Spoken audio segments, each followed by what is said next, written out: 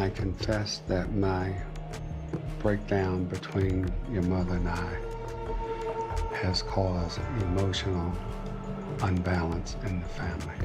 Most of the time, I don't like my family. Everyone in my family. Take a breath. Everybody.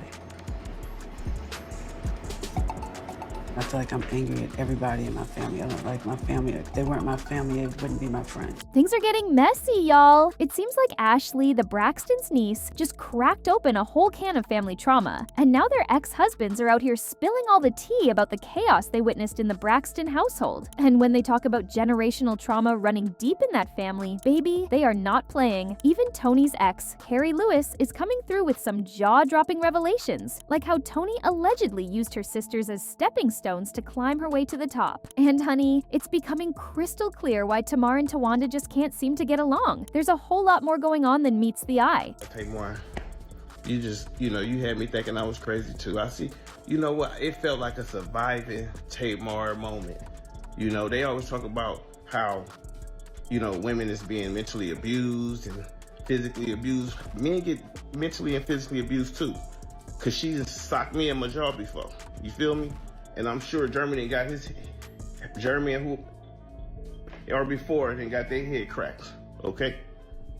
And them gas station pills, yeah, you gotta do something to stay afloat, huh? Let's keep it real. Every family has their drama, but the Braxtons, oh, they take it to a whole new level. And when you trace it all back, it's clear this mess started with Evelyn and Michael Braxton Sr. Now, when Ashlee came forward with her story about one of her aunt's husbands crossing the line, it revealed just how deep this family's dysfunction runs. The way they handled it then and now says a lot. At just 16 years old, instead of rallying around her, the family turned their backs and placed the blame squarely on Ashlee. They distanced themselves, leaving her feeling so alone and unloved that she packed up and moved to a whole other country just to escape it all. And get this, the moment she shared her story on TikTok, not a single Braxton, publicly or privately, offered her any support. The only one who showed her any love, Tamar. And honestly, that says everything about the rest of them. Now, before anyone says anything, please let it be known and let it be clear that as I am in this journey and in this process, and as I'm healing and trying to understand all of this stuff, that it feels really good to have a family member behind me, okay? So Tamar, being the only one to reach out to Ashlee, liked the post she made and reconnected with her, something that's long overdue since Tamar had been distant, dealing with her own trauma and life struggles. But here's the kicker. Where are the rest of the aunties and family? Crickets. Not a single word. You'd think Grandma Evelyn, of all people, would be a little shaken by what happened to her granddaughter. But nah, still nothing from her either. And get this. Ashlee even dropped the bomb that her own dad, Mikey, sent her a cease and desist letter, basically threatening to sue her if she went public with her story. I mean, that's just straight up cold. It's honestly heartbreaking when the one person who's supposed to protect, defend, and comfort you falls flat in the worst possible way. And here's the kicker. It's clear the family would rather shut Ashlee down than actually pull her back in and make things right. But here's the thing. Ashlee ain't the only one who's been through it. When Tamar shared her own story about being violated as a child, instead of comfort, her sisters pretty much slapped her in the face with their silence and harsh words. Now that's just tragic. Well, first of all, I was very disappointed in finding out via social media because our family is closer than that. And to have someone else regurgitate that story to us. Well, or I can only speak for me. But for someone else to tell me the story of something that happened to my own family is very disheartening. Tamar's sisters basically said her story was her truth, but not the truth, code for not believing her. They were more upset she didn't call them first than about what she had to endure. And aside from Tamar, Tracy, and Ashlee, who knows how many of the sisters faced similar struggles? But here's the thing, Mama Evelyn might have known. She never let Tamar name the abuser. The family's issues go way deeper. Michael Sr. left after the divorce, married his mistress, and abandoned them. Meanwhile, Evelyn was in the hospital, and Tony had to step up up for her sisters. Once she did, it was never ending. And when she started her career, she ended up taking on her sisters' careers too. My sister Tracy is the one who said to me, Tony, you know, when you make it, you can help us come on. So I always try to abide that.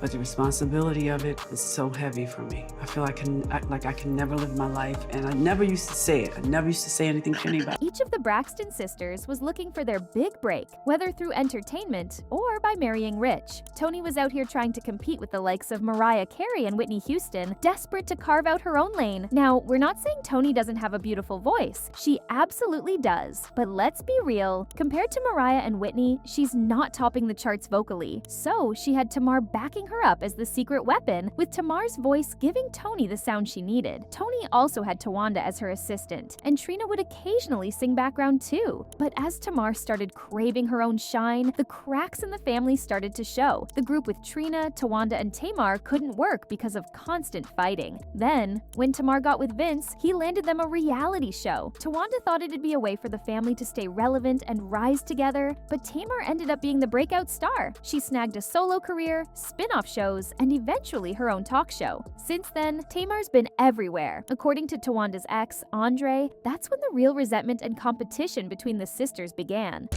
You felt guilty because you know how you've been acting, and however, excuse me, let me finish because I let you talk. Thank you. I will. Continue. And I will. And I will. And yes. So, and then you decided that, you know, you wanted to say something, like you just couldn't let him say something nice about me. Do you think you've been the same exact person? He does. No, I'm asking you. Do you think that you've been I know the same? I'm saying. I'm asking, do you think that I'm you've answering. been... I Okay, have been answer the same then. motif. So you Tony, are. you're not my Thor type. So you are. Nor am I afraid of you. So don't talk to me like that, okay? Hilarious. Every time we get together. According to Andre, Tawanda and Trina still blame Tamar for their group's failure and hold on to resentment because they struggled to build stable careers after. Tawanda especially had it tough, married to Andre, who didn't work and wasn't really involved aside from helping with the kids here and there. She had to hustle solo for years just to keep food on the table. Andre's a writer. He basically sits home and writes books, his own books. And he takes care of the kids, which is great. Except for one thing, he's not out selling any of his books, which means I have to take care of the household because he is not bringing any money in. I don't like some of the things you do, True. Basically, I feel like I married my mother. And you know, I didn't like my mother. I loved her to death.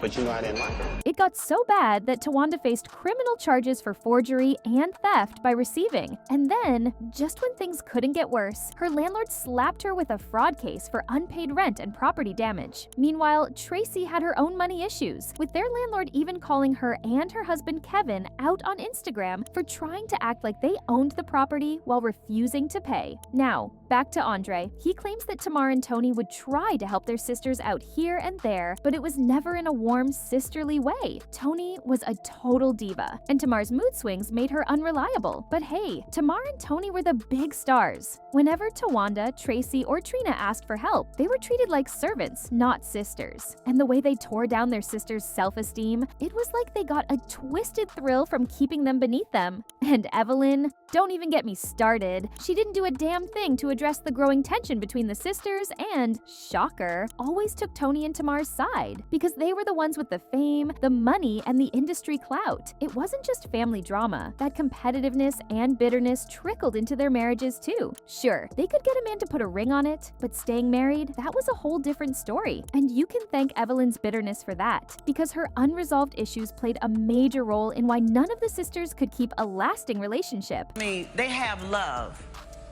and look at them. I'm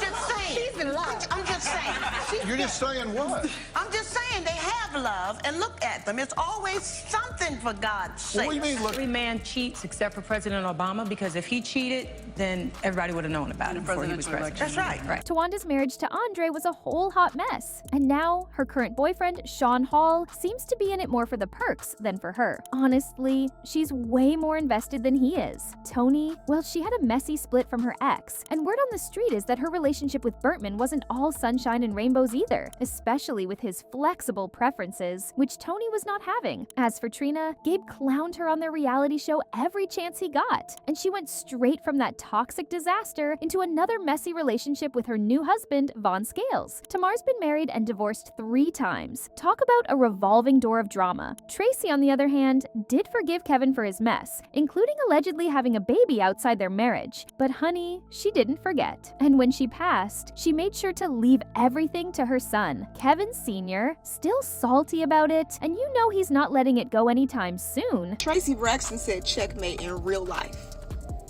Left everything to her son. The cheating husband gets nothing. My girl was moving in stealth mode in complete silence, had the lawyer come and record her final wishes before her health started to decline so that it couldn't be contested.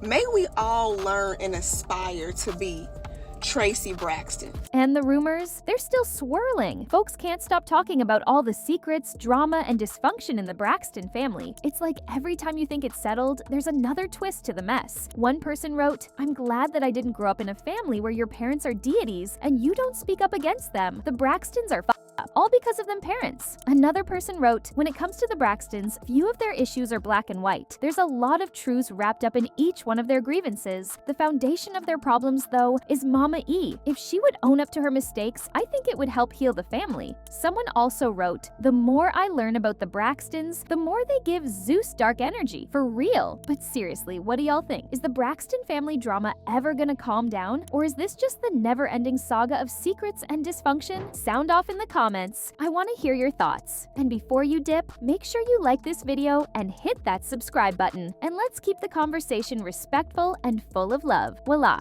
Until next time.